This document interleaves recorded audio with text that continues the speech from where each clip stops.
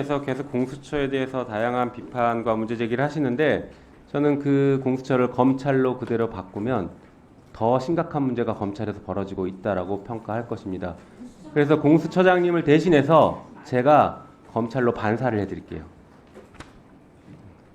자, 그리고 최혜병 사건 지금 수사하고 있잖아요. 네. 공수처에 기소권 있습니까, 없습니까? 네. 없죠. 네, 기소권이 없습니다. 그렇죠. 그래서 특검 얘기를 하는 거예요. 공수처에 기소권이 없어요. 물론 수사하는 과정이 더디고 국민 눈높이에 맞지 않는다는 지적도 저도 동일하긴 하지만 공수처에 기소권이 없기 때문에 다시 사건이 검찰로 넘어갑니다. 그러면 검찰에서 최혜병 사건을 다시 뭉개거나 아니면 불기소하면서 정권에 무릎을 꿇을 것 같아서 그래서 지금 특검 얘기를 하고 있는 것입니다. 알고 계시죠? 알고 계시죠? 네. 자, 그리고 명태균 씨가 지금 계속 여러 가지 폭로를 하고 있는데 명태균 씨와 관련해서 대통령실이나 김건희 여사로부터 공수처에 고발된 사건이 있습니까, 없습니까? 지금 그 정치자금법 위반 등으로 아니, 지금 고소된 사건이 명태균 있습니다. 씨를 고소 고발한 게 있냐고요? 명태균도 고소된 사건이 있습니다. 네. 대통령실이 고소 고발했어요? 아닙니다. 제가 질문을 하잖아요. 예. 대통령실이나 김건희 여사가 명태균 씨를 고소하거나 고발한 게 있습니까, 그런 없습니까? 사건은 없습니다. 없죠. 우리 대통령실은 조그만 거 하나만 있어도 다 고소 고발하는데 명태균 씨는 절대 고소 고발 못 하고 있습니다. 이게 이 사건의 진실의 문이 열릴 수 있는 지점이라고 저는 보고 있습니다. 자, 자료화면 볼까요?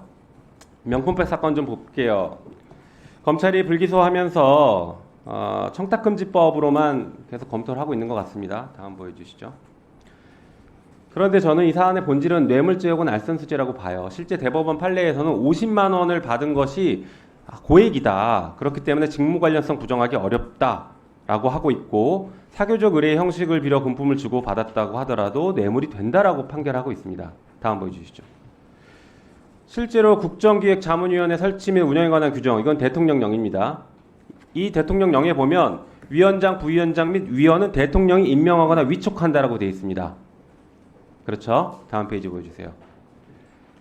자, 최재형 목사가 선물 주면서 뭘 청탁했습니까?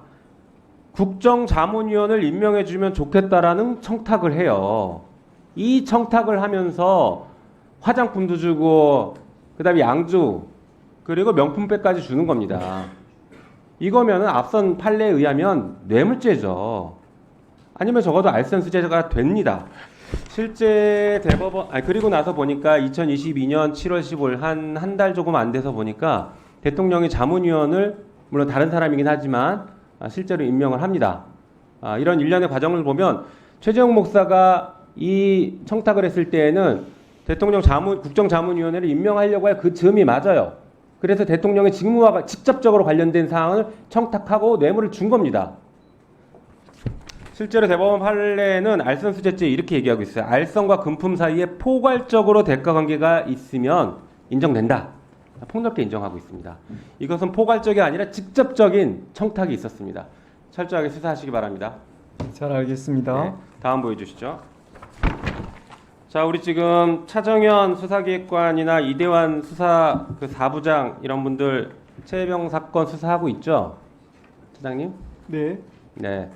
이분들 언제 임기가 끝납니까? 10월 26일 맞습니까? 맞습니다. 네, 이분들에 대해서 인사위원회가 8월 13일 날 있었고 연임 의결을 했네요. 네. 예. 그런데 지금 대통령이 아직까지 연임 재가를 안 하고 있죠. 네. 다음 페이지 보여주시죠. 예, 대통령이 공수처 검사 임명하고 연임도 대통령이 하는 겁니다. 다음 보여주시죠. 그런데 이분들 지금 아까 최혜병 사건 수사하고 있다고 했잖아요. 다시 말해서 대통령이 피의자가 될 수 있는 사건을 수사하고 있는 검사들입니다. 그 검사들에 대해서 대통령은 사적 이해관계가 생겼죠. 사적 이해관계가 있는 경우에 직무수행을 회피하거나 이해충돌을 방지해야 됩니다. 다음 페이지 보여주시죠. 예, 이해충돌 방지법 보면은 공직자의 채용, 승진, 전보, 상벌, 평가에 관한 직무, 이 대통령이 지금 하는 직무잖아요. 우리 검사들에 대해서. 이 직무에 대해서 사적 이해충돌이 있습니다. 그러면 회피하거나 아니면 빨리 임명해서 이런 불필요한 논란이 안 생기게 해야 됩니다. 여기에 대해서 입장 한번 말씀 주시죠. 지금 인사위원회의 그 심의 과정에서 그 우수한 그 검사로 부장 검사로 지금 논의가 되었고 그래서 임명권자인 대통령도 지금 조만간 연임 임명을 할 것으로 사료됩니다. 예. 그래요? 네. 누구예요? 박지원. 네, 박지원 의원님 질문해 주세요.